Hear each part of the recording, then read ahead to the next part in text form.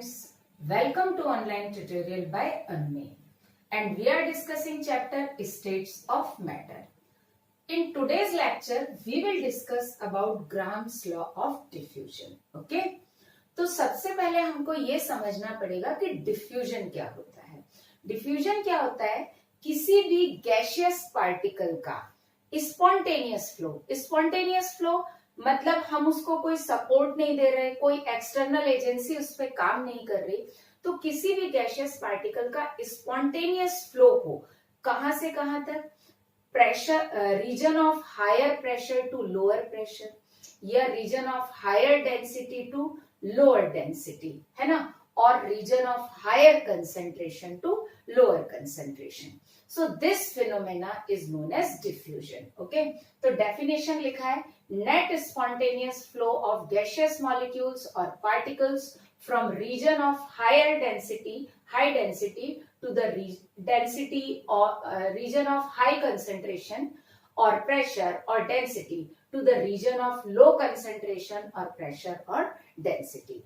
Means जिस reason में pressure या कंसेंट्रेशन या डेंसिटी ज्यादा हो उस रीजन से उस रीजन की तरफ जाना जहां पर प्रेशर, डेंसिटी या कंसेंट्रेशन कम हो, इसको हम क्या बोलते हैं?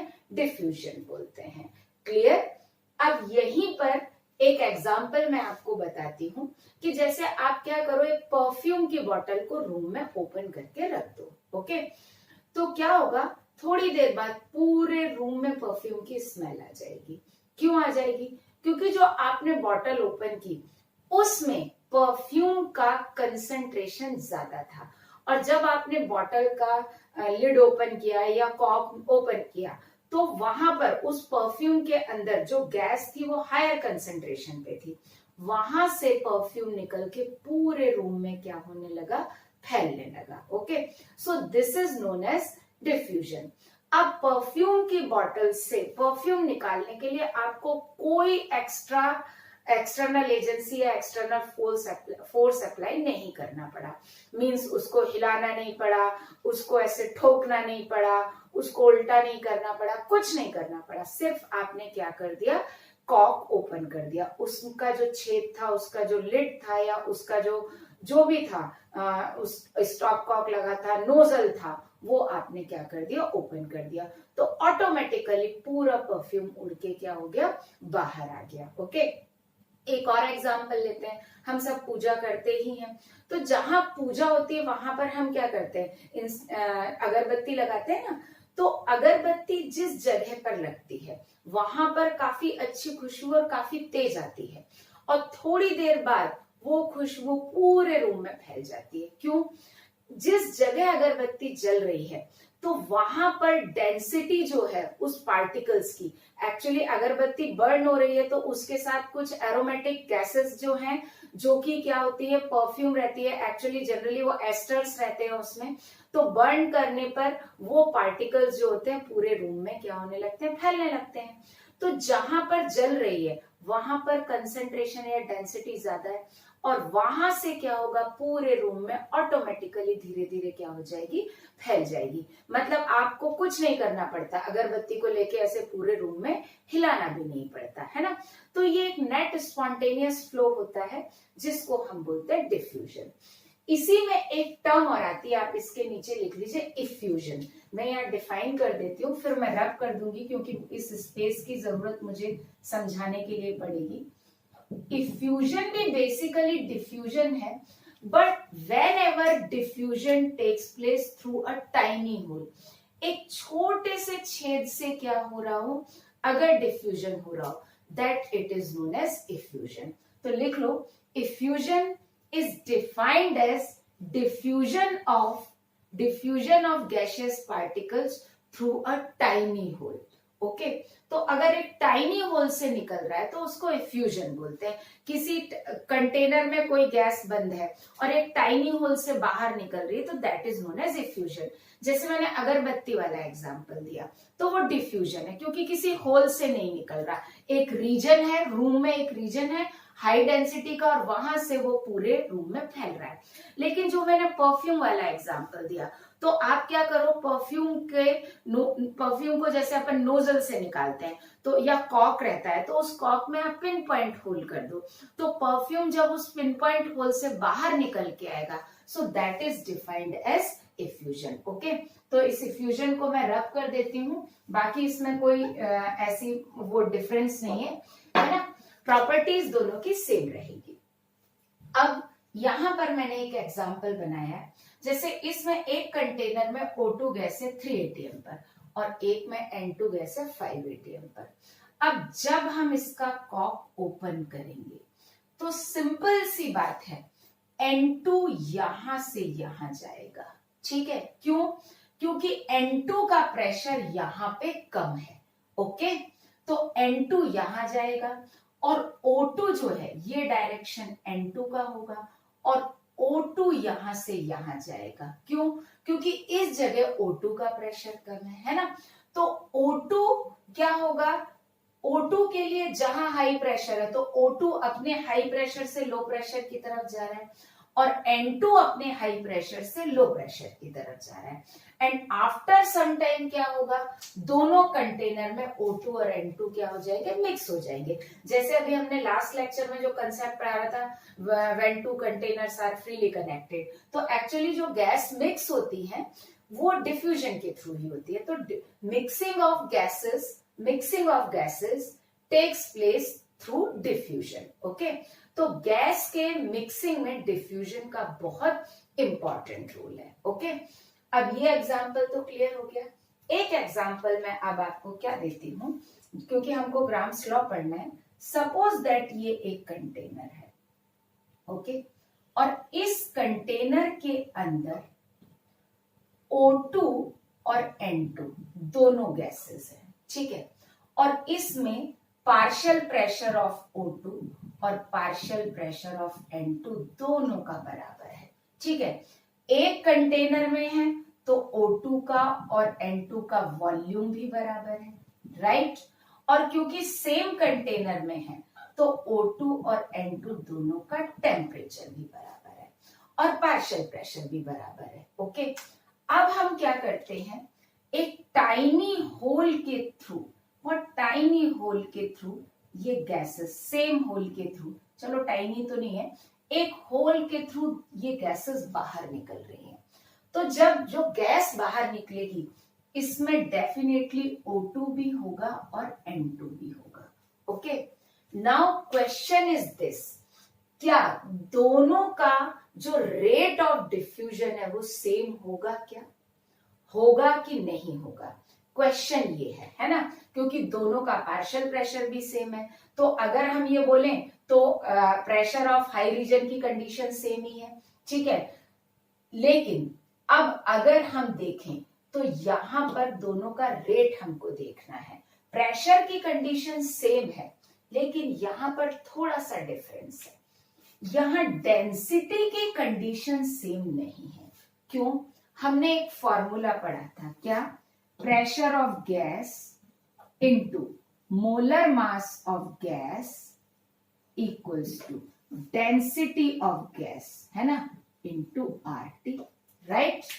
अब अगर हम O2 और N2 दोनों को कंपेयर करें तो देखो, अगर हम pressure of O2 into molar mass of O2 और density of O2 RT upon pressure of N2 into molar mass of N2 is equal to density of N2 R2, ratio निकाले तो ये कैंसिल, क्यों? क्योंकि दोनों का पार्शियल प्रेशर हमने same लिया है। RT कैंसिल क्योंकि टेम्परेचर भी सेम है, ठीक है, लेकिन डेंसिटी कैंसिल नहीं होगी, क्यों? क्योंकि मोलर मास इक्वल नहीं है ना।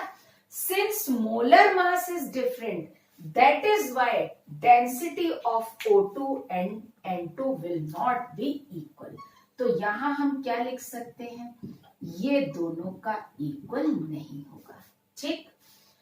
According to this equation, we know density is directly proportional to molar mass। दिख रहा है हमको, है ना।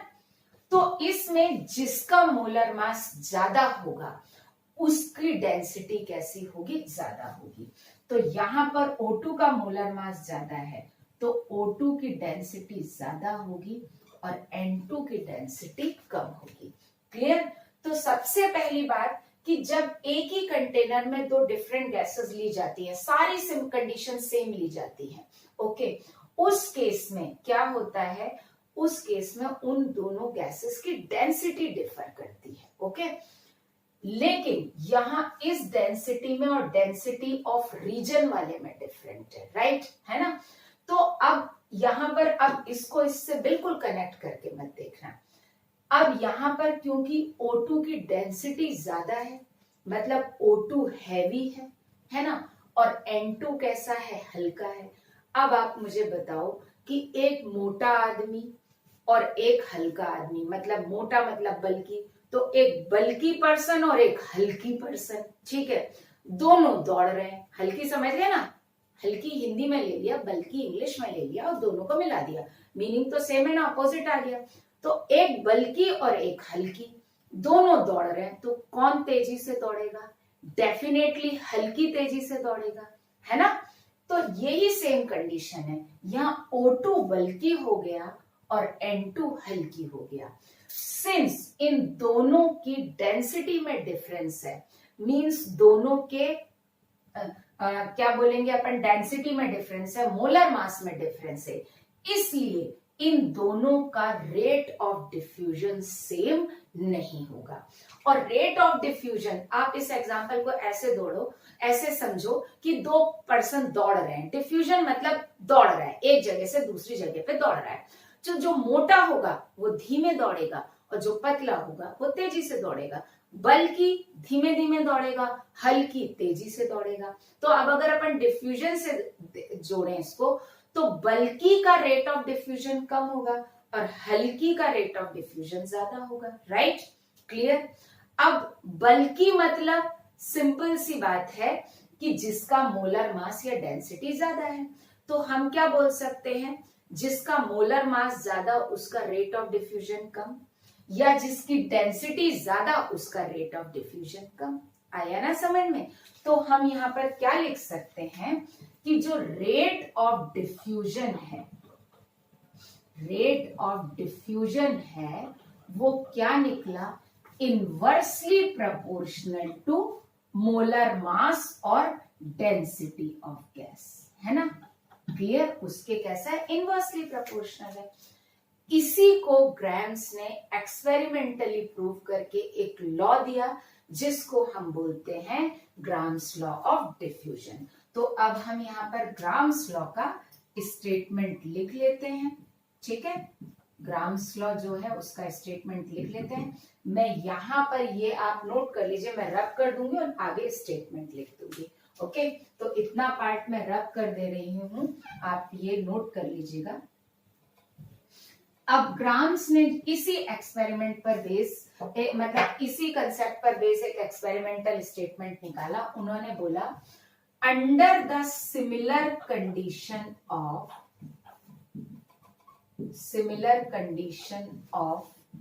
प्रेशर एंड टेम्परेचर, ठीक है, प्रेशर और टेम्परेचर की कंडीशन सिमिलर है। Under the similar condition of pressure and temperature, rate of diffusion of different gases, अलग अलग गैसेस के लिए दिया था, है ना, rate of diffusion of different gases is inversely proportional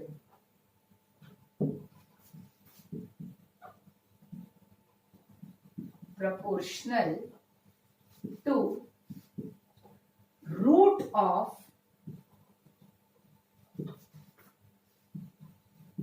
density of gas, right, means जो rate of diffusion है वो it is inversely proportional to the under root of density of gas। तो हम क्या लिख सकते हैं ग्राम्स लॉ के अकॉर्डिंग कि rate of diffusion,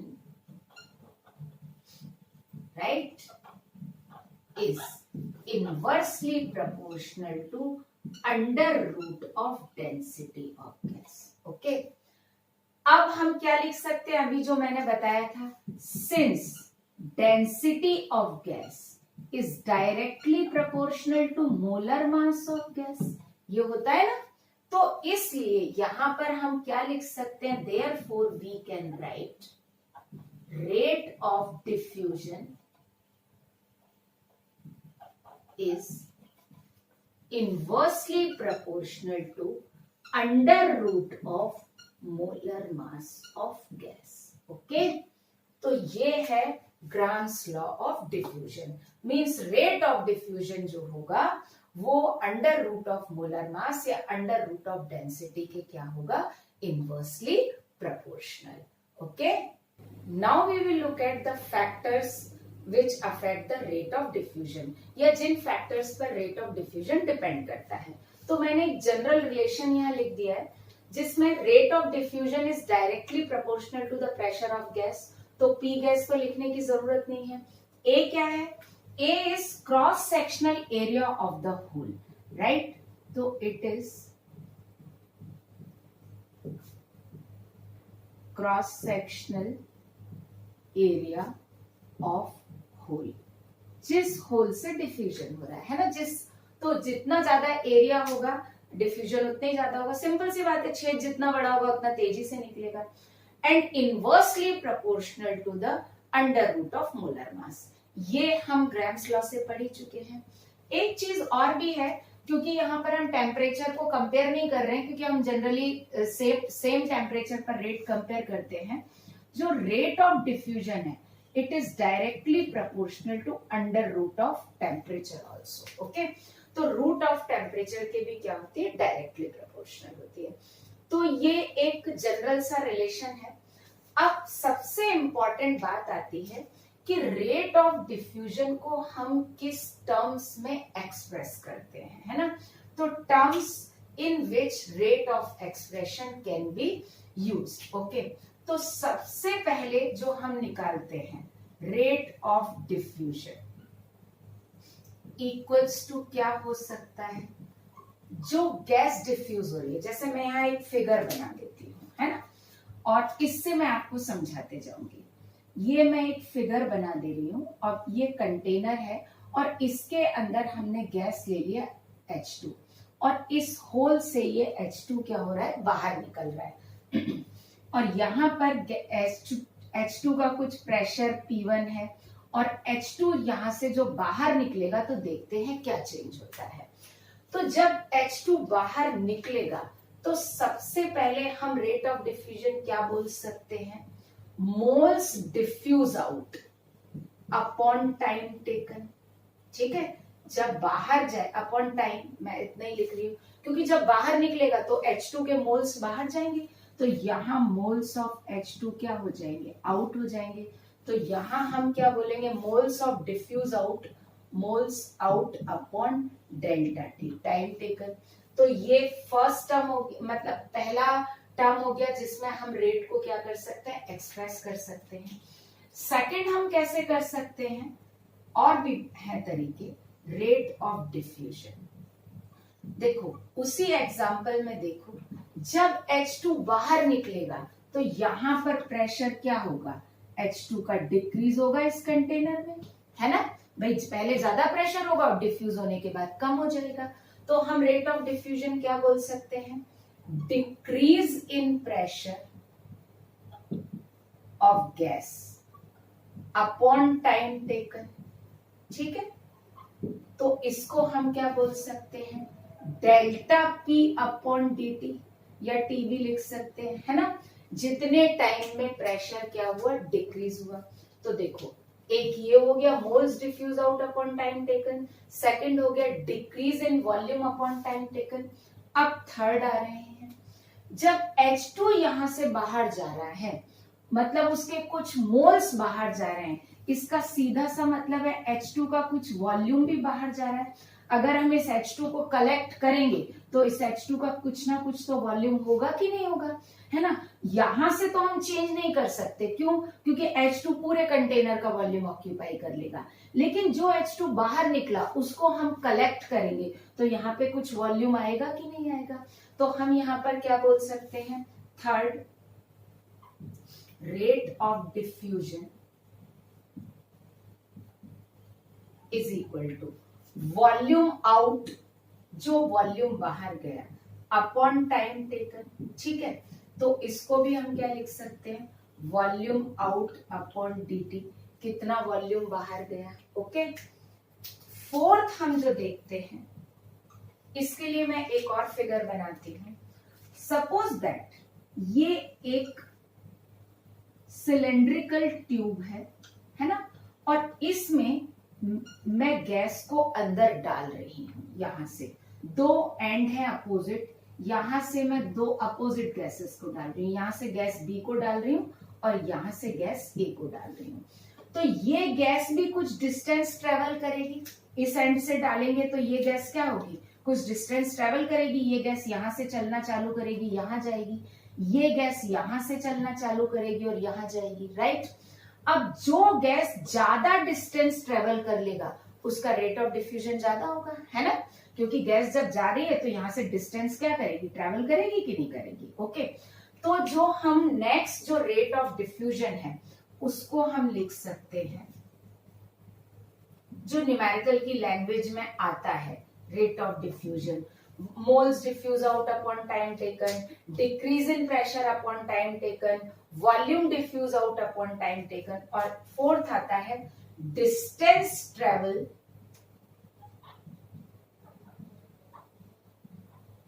upon time taken। ठीक है, तो अब मैं यहाँ पर डायरेक्ट dt लिख देती हूँ। ओके, तो फोर्थ जो हमारा रेट है that is distance travelled upon time taken. Okay,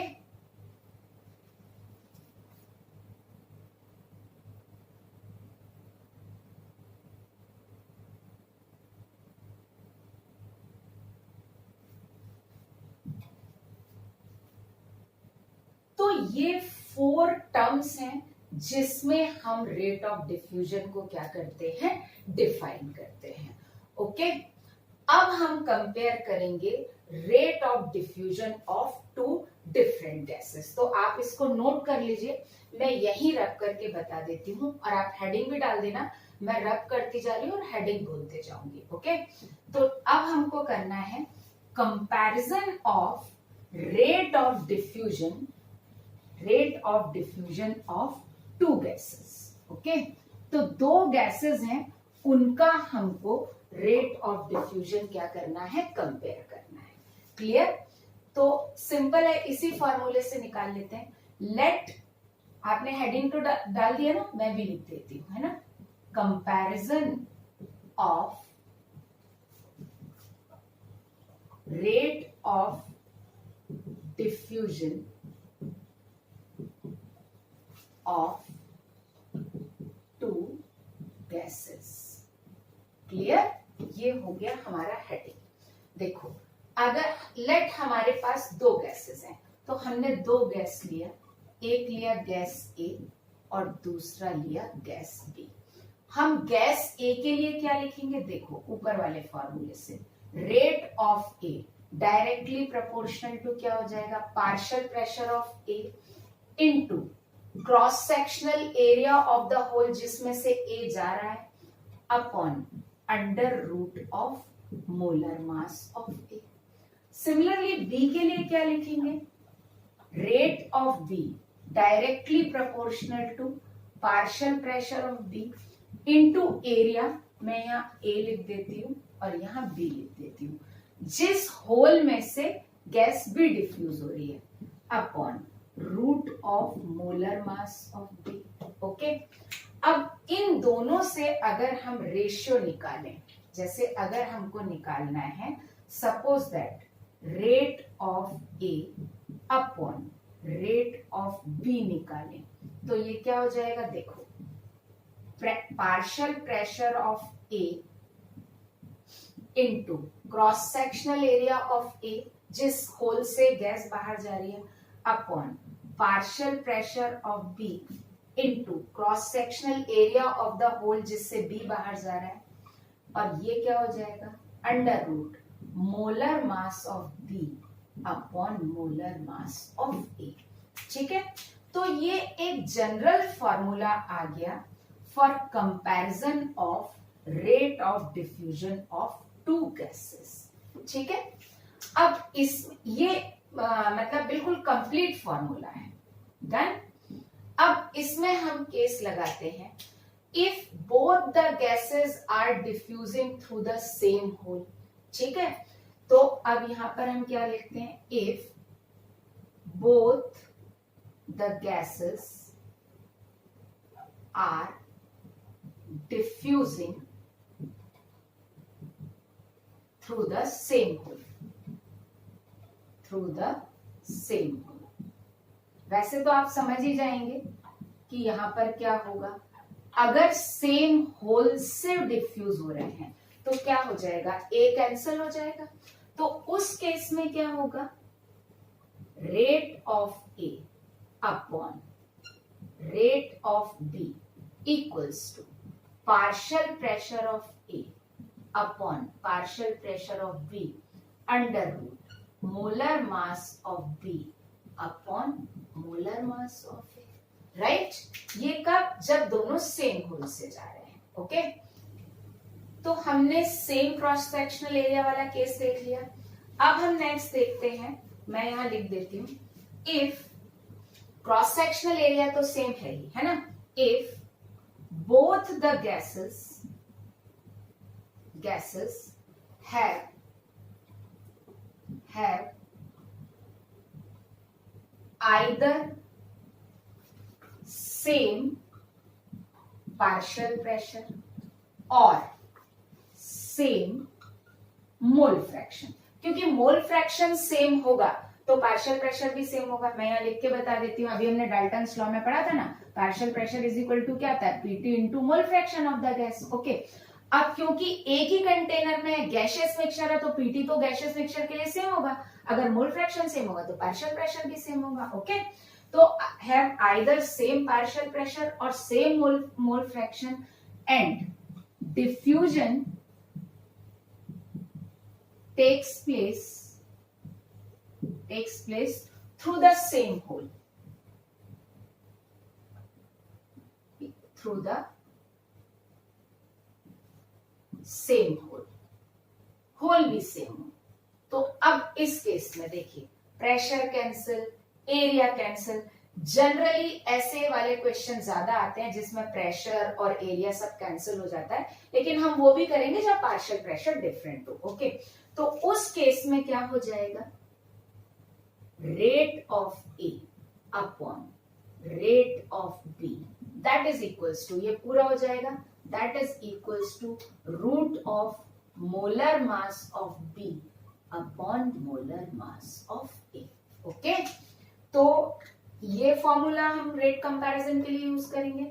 इसके पहले जो मैंने सेकंड वाला लिखा था जिसमें एरिया कैंसिल किया था वो भी हम यूज करेंगे और ये मोलर मास वाला भी यूज करेंगे। ओके, तो it is the concept of grams diffusion law. Okay, हाँ, एक चीज और मैंने लिखा था कि रब कर दिया कि rate of diffusion is directly proportional to under root of temperature. Okay, तो जब हम केटीजी पढ़ेंगे तब हम उस पार्ट को डिस्कस कर लेंगे, क्योंकि एब्सोल्यूट टेम्परेचर बढ़ाने से एवरेज काइनेटिक एनर्जी बढ़ती है, काइनेटिक एनर्जी बढ़ती है तो मॉलिक्यूलर स्पीड बढ़ती है, और मॉलिक्यूलर स्पीड बढ़ती है तो रेट ऑफ डिफ्यूजन भी बढ़ता है। तो टेम्परेचर वाला इफेक्ट हम केटीजी में लेकर आएंगे तब बहुत अच्छे से क्लियर होगा।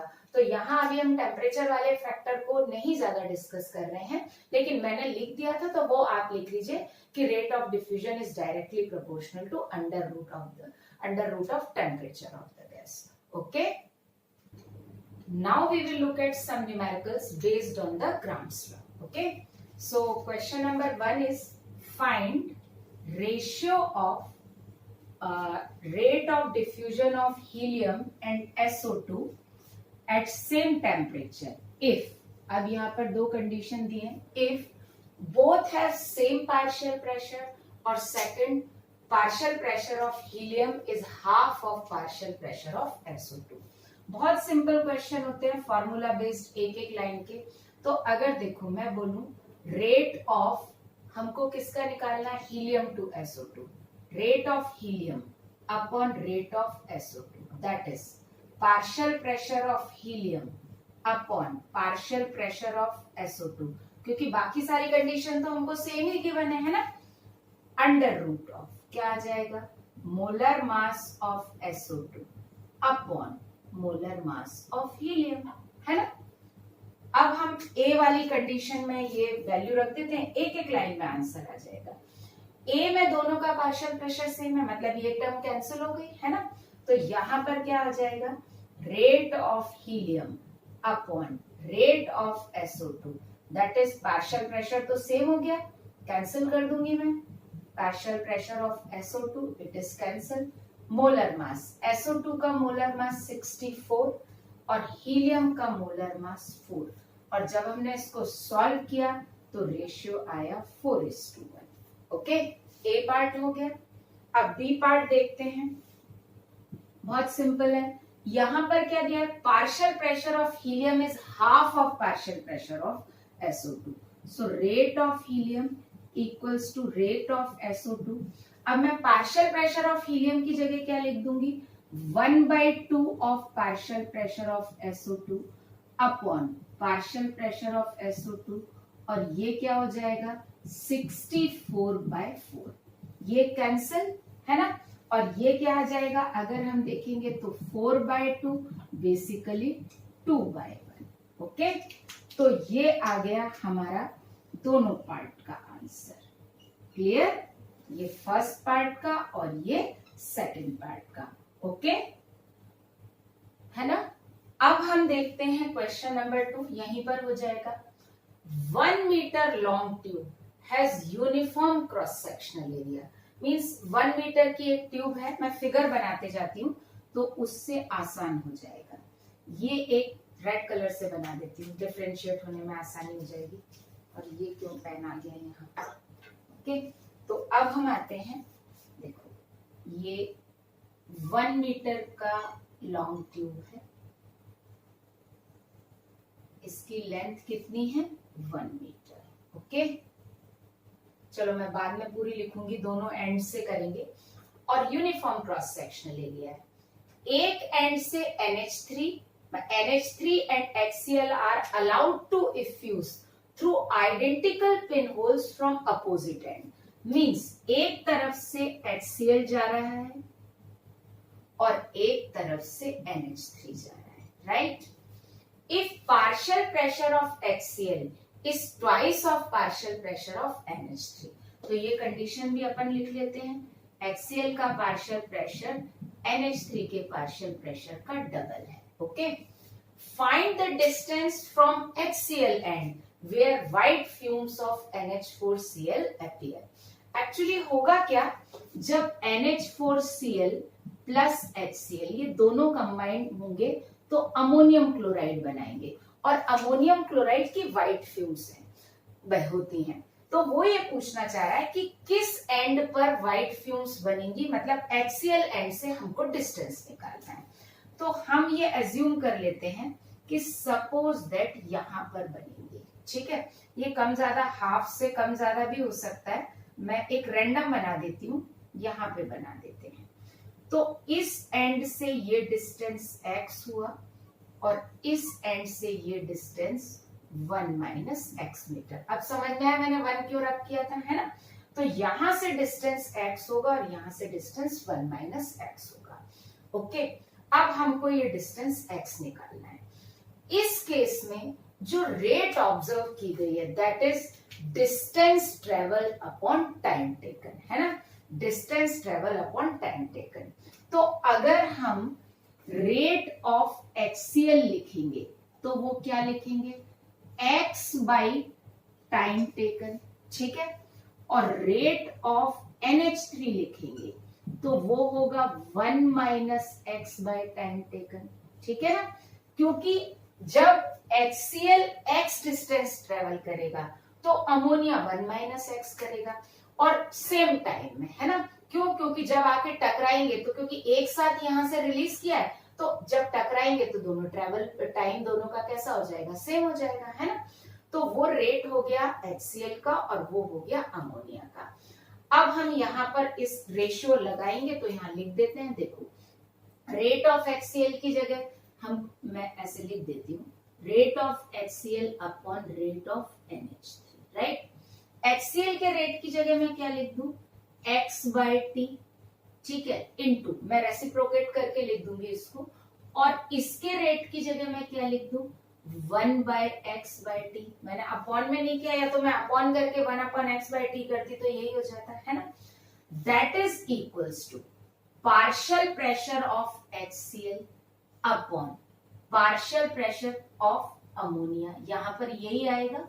अभी मैं रब करके लिखूंगी, पार्शियल प्रेशर ऑफ HCl कितना गिवन है, 2 into partial pressure of ammonia, तो इसकी जगह मैं लिख देती हूं 2 into partial pressure of ammonia, right, and under root molar mass of ammonia upon molar mass of HCl, right, यही आएगा, है ना। ये कैंसिल हो गया, T भी कैंसिल हो गया, और अमोनिया का मोलर मास 17 और HCl का मोलर मास 36.5। तो इसको हम सिंप्लीफाई करके लिखें तो क्या हो जाएगा, x upon 1 minus x equals to 2 under root of 17/36.5, ठीक है। अब इसका अगर हम अंडर रूट निकालेंगे तो ये आता है 0.465, ये मैंने कैलकुलेट कर लिया था, तो मैं यहाँ पर इसको सॉल्व कर देती हूँ। तो ये क्या आ जाएगा, x upon 1 minus x equals to 2 into 0.6, ये तो वो आएगा, इसका रूट आ जाएगा 0.465, तो इसका रेशियो आएगा, इसका रूट लेना पड़ेगा 0.465 का, सो दैट इज 0.682, ओके, ये आ गया, बहुत सिंपल। एक्चुअली इसका रेशियो आया था 0.465 और उसका रूट लिया तो 0.682 आ गया, है ना। अब इसको हम बहुत आसानी से सॉल्व कर सकते हैं, आप कर सकते हैं, स्पेस नहीं है इसलिए मैं नहीं कर रही हूं, तो मैं डायरेक्ट आंसर लिख देती हूँ। इसको जब हम सॉल्व करेंगे तो जो x आएगा that will be 0.78 metres, okay. तो ये आ गया distance from HCl end, means HCl end से 0.578 मीटर पर हमको क्या मिल जाएगा, व्हाइट फ्यूम्स मिल जाएगा, okay. Now we will look at question number 3। 15 ml of H2 diffuses out from a hole in 5 seconds. Find volume of O2 diffuses out through the same hole in 2 seconds under identical condition. Means इस question में pressure दोनों का same है, identical condition given है ना। तो P of H2 equals to P of O2, ठीक, whole same है तो क्रॉस सेक्शनल एरिया भी सेम है। अब इस केस में जो हमको रेट गिवन है वो रेट गिवन है volume out upon time taken, है ना। वॉल्यूम का टर्म गिवन है ना, इतने ml डिफ्यूज हुआ, तो ये आपको क्वेश्चन की लैंग्वेज से पता लगाना है कि रेट हमको किस टर्म में गिवन है, ओके। तो यहां पर रेट ऑफ H2 क्या होगा, 15/5, ओके, और रेट ऑफ O2 क्या होगा, O2 का वॉल्यूम हमको निकालना है अपॉन 2, राइट, है ना। अब हम अगर रेशियो देखें तो rate of H2 upon rate of O2 that is equals to 32/2, मैंने डायरेक्ट मोलर मास लिख दिया, है ना। अब हम वैल्यू पुट कर देते हैं यहाँ पर, तो क्या हो जाएगा, रेट ऑफ H2 की जगह क्या लिखें, 15/5 इंटू ये वॉल्यूम तो हमको O2 का चाहिए और ये मैंने रेसिप्रोकेट करके लिख दिया, अंडर रूट ऑफ वो 16 होगा, सॉल्व करके निकाल लेती हूँ तो मैं डायरेक्ट यहाँ पे 4 लिख देती हूँ, ठीक है। तो अगर हम देखें तो ये कितना हो जाएगा, ये हो जाएगा 3, तो यहाँ पर वॉल्यूम ऑफ O2 आ जाएगा 6/4, राइट, है ना। 6/4 का मतलब है 3/2 या 1.5 ml, क्लियर है ना, यही आ जाएगा ना 6/4, क्लियर। तो जितने टाइम में H2 का 15 ml जाएगा 5 सेकेंड में, सेम होल से O2 का कितना डिफ्यूज होगा, 1.5 ml डिफ्यूज होगा. Okay, now we will look at question number 4. A vessel contains helium and SO2 in molar ratio 5:6. This mixture diffused through a hole. Find molar ratio of gaseous mixture initially leaks out. Means जो initially जो gaseous mixture बाहर निकल रहा है उसका हमको molar ratio निकालना है.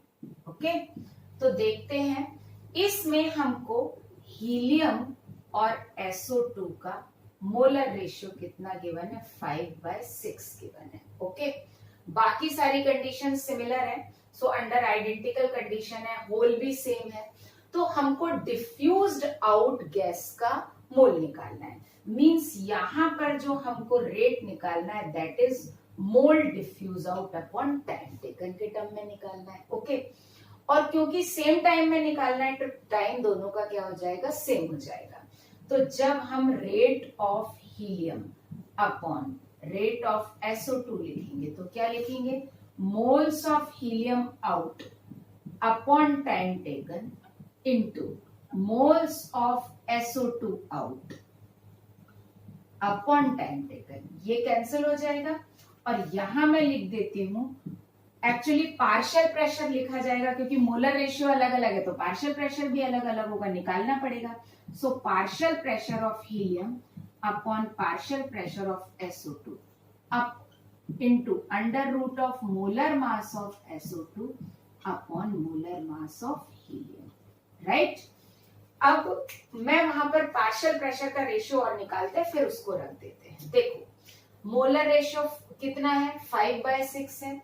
ध्यान से देखो, हम पार्शियल प्रेशर को क्या बोलते हैं, PT अपॉन मोल फ्रैक्शन बोलते हैं. तो ध्यान से देखो, partial pressure of helium is equal to PT और मोल फ्रैक्शन ऑफ हीलियम को क्या बोलूं, moles of helium upon total moles, ऐसा ही बोले.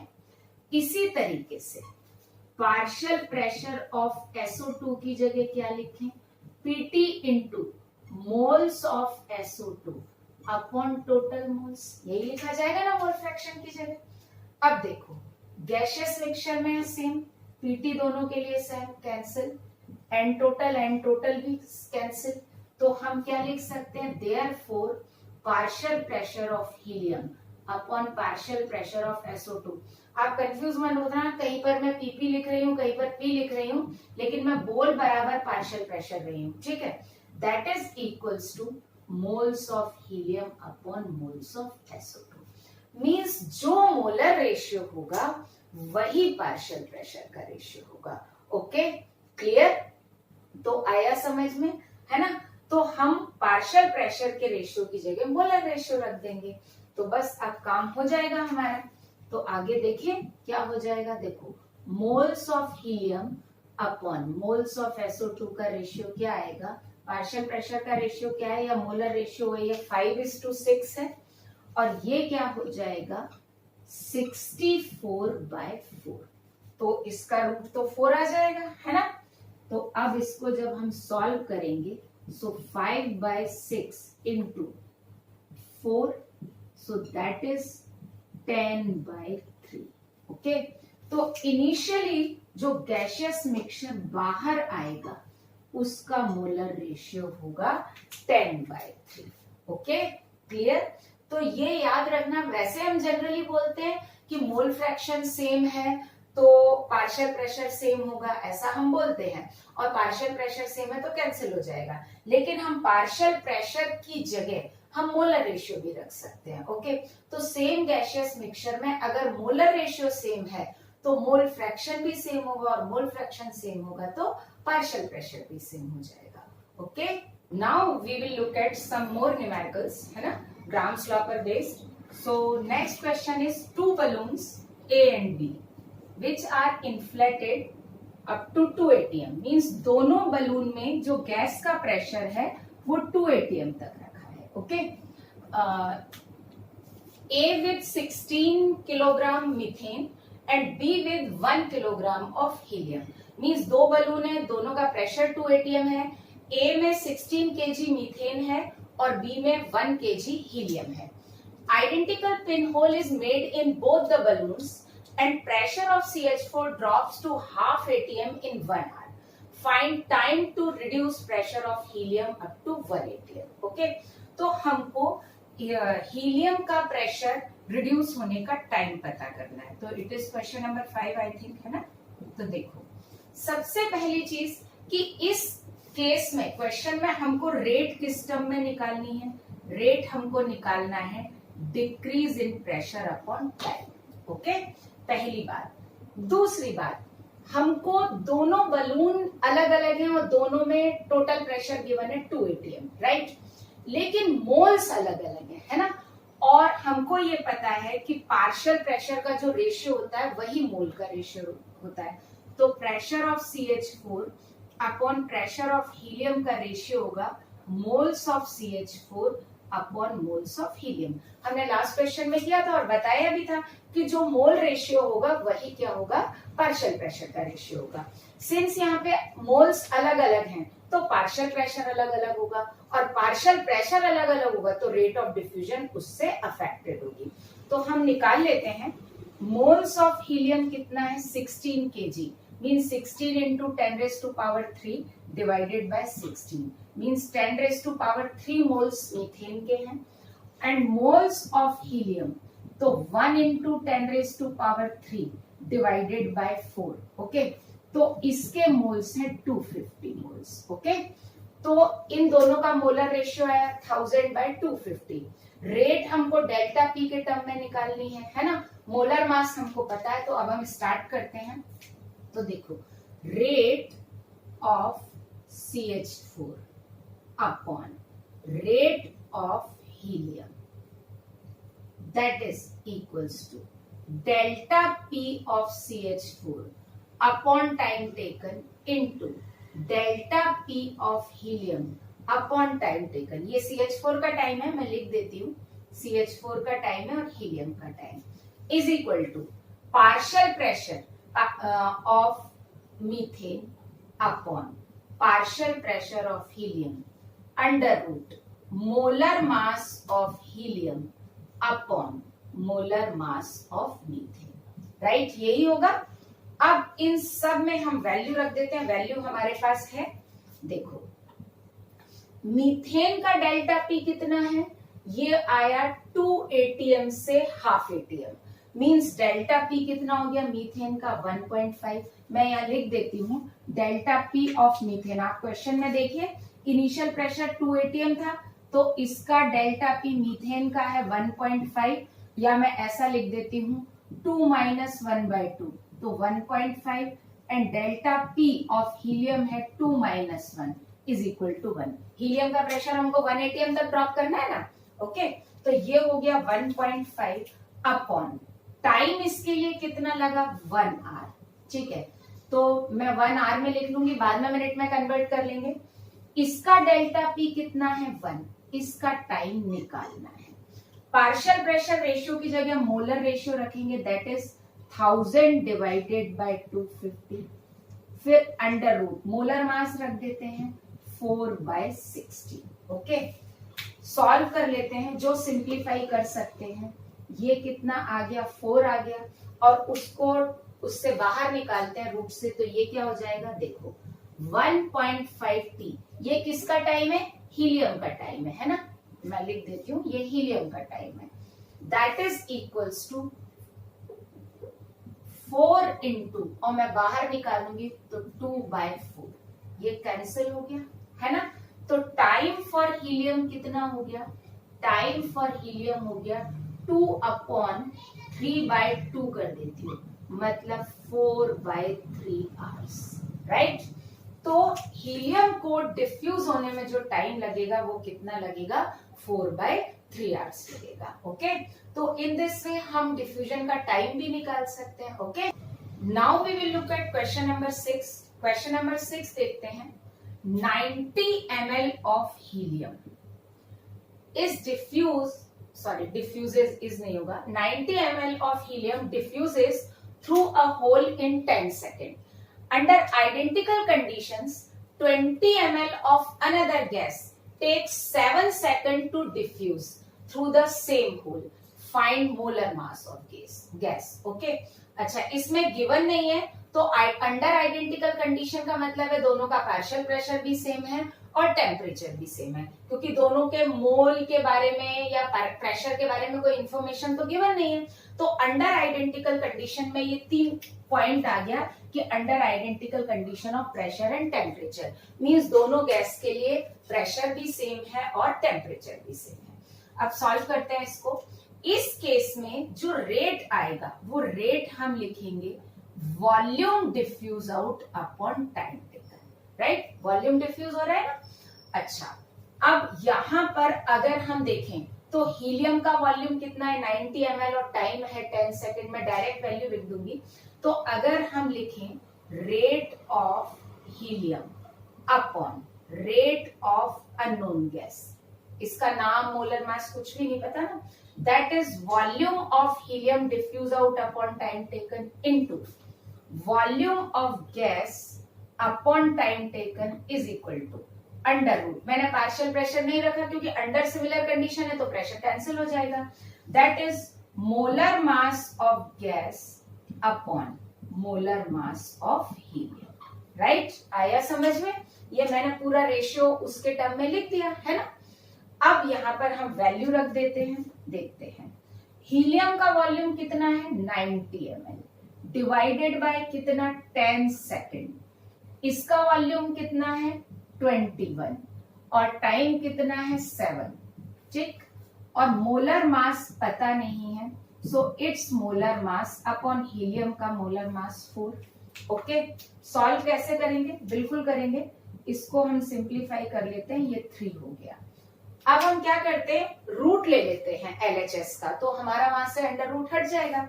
तो जब हम रूट लेंगे तो क्या हो जाएगा, मैं इसको और भी सिंप्लीफाई कर देती हूँ, पहले ये 3 कर देती हूँ। ओके, तो अगर हम रूट ले लेंगे तो क्या हो जाएगा, that is 9 equals to molar mass of gas by 4, right? So क्या आ जाएगा, molar mass of unknown gas that is equals to 36 gram per mole, है ना? तो हमने अननोन गैस का मोलर मास भी निकाल लिया। क्लियर? अब हम करते हैं question number 7। A gaseous mixture contains N2 and ozone in 3:2 molar ratio.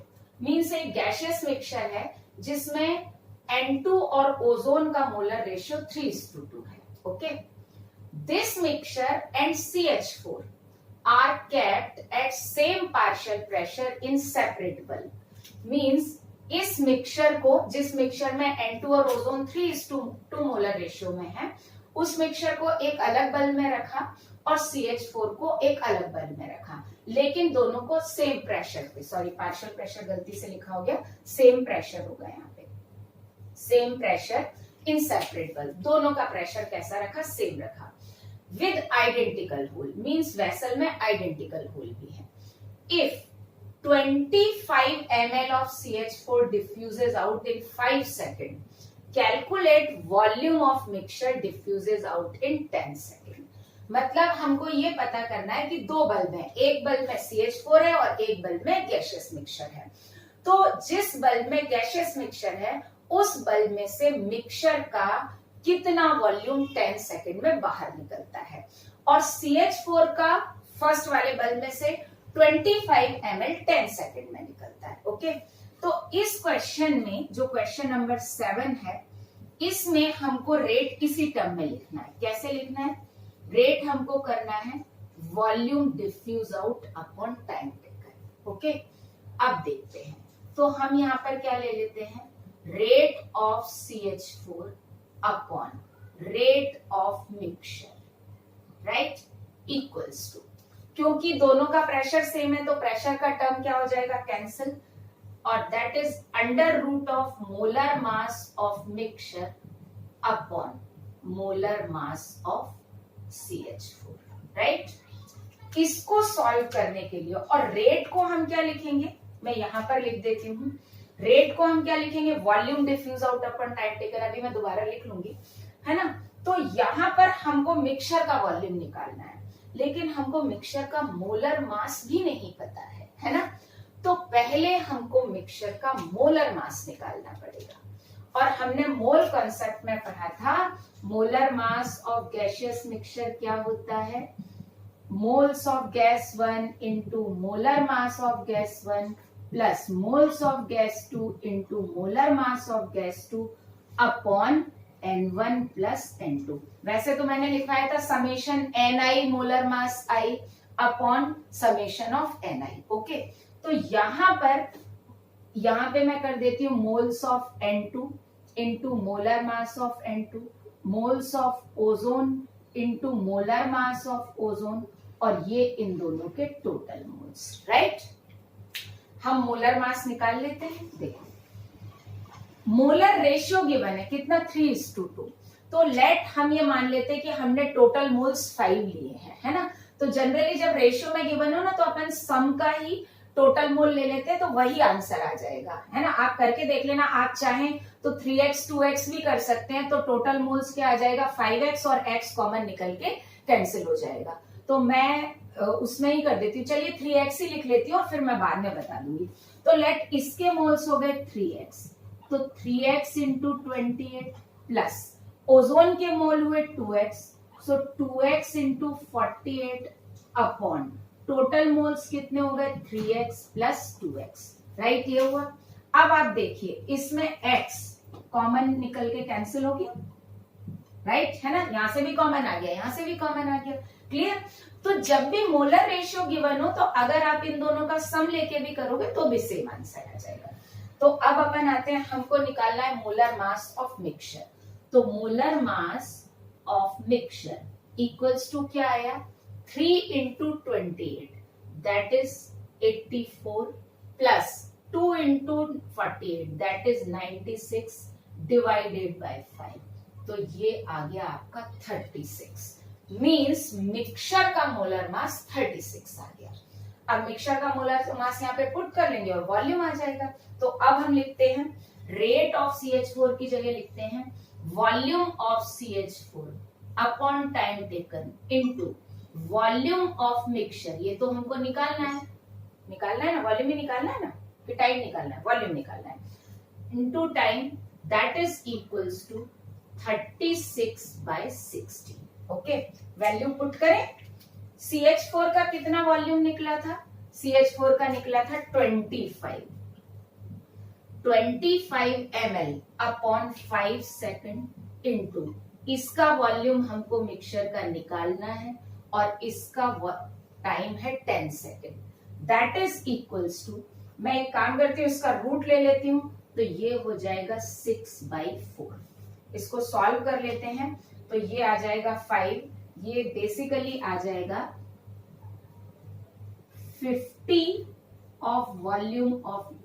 by volume of mixture equals to 3/2। So finally volume of mixture कितना आया 100/3 ml, जिसको हम क्या लिख सकते हैं 33.33 ml। ओके, तो अगर गैसियस मिक्सचर गिवन हो तो पहले आपको गैसियस मिक्सचर का मोलर मास इस फॉर्मूले से निकालना होगा। ओके, आया समझ में।